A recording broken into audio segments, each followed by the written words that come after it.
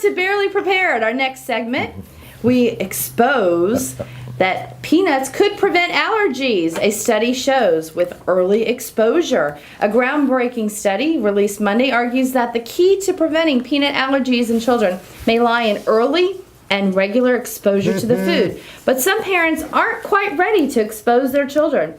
Researchers at King's College London found introducing peanut stacks to children at high risk for the allergy made them less likely to develop it by the time they turned 5 than kids who avoided peanuts completely. Now, Courtney, do you think exposing kids to peanuts at an early age is a good idea?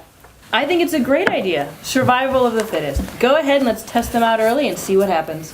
That's right. Survival of the fittest. There'll be a little collateral damage, you know. Well, we did want to thin the herd. Yes. Yes. I'm just saying, it seems like the quickest way to fix the problem. That could be true. Now, we have a doctor on the panel, and so, Joe, do you think Mr. Peanut conducted this study? Mr. Peanut and his cabal of Satanists and communists, that is who conducted this study. I disagree with this whole peanut redistribution. Do you think it's a conspiracy? I think it's conspiracy between Mr. Peanut, Speedy Gonzalez, the Alka-Seltzer, and Monsanto.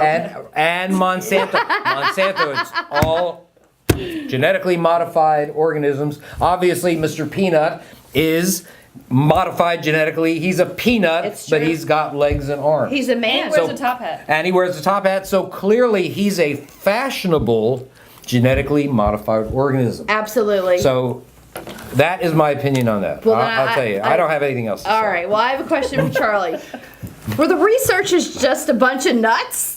Well, first of all, I would ask that my fellow panelists don't, bruise our potential future sponsors of major corporations.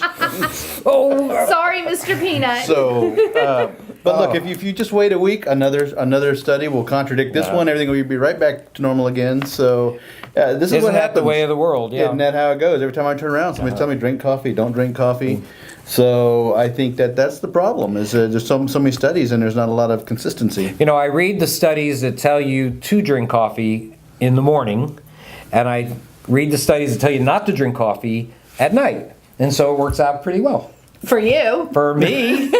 Absolutely that's right. because you're really studying that colonic response. All right. Well, my last thoughts on this, in a serious manner, as a nurse practitioner, is actually this is probably a great idea. And kids that are kept in environments that are too sterile and too clean and too much hand sanitizer and bleach are probably the ones that end up with more allergies. So you know what?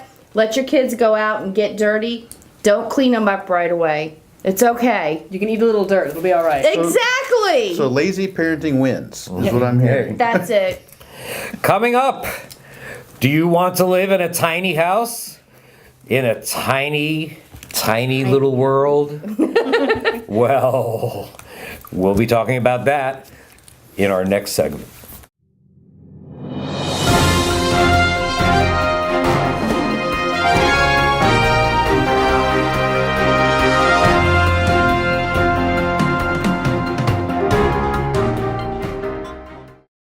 Hi, this is Charlie Hogwood with Personal Readiness Education Programs. We are your #1 source for all things related to group preparedness and survival. Our book, the Survival Group Handbook, is the only resource you'll need to learn how to plan, organize, and even lead a survival family or group, regardless of its size. If you are a family looking to prepare smarter, or you are trying to find others to help you in times of need, the Survival Group Handbook is for you. Also, check out our growing library of DVD and live courses. From convincing others to prepare to complete property defensive planning, we have a class for you. Hop on over to ReadyGoPrep.com to see all the great services and products we have to offer.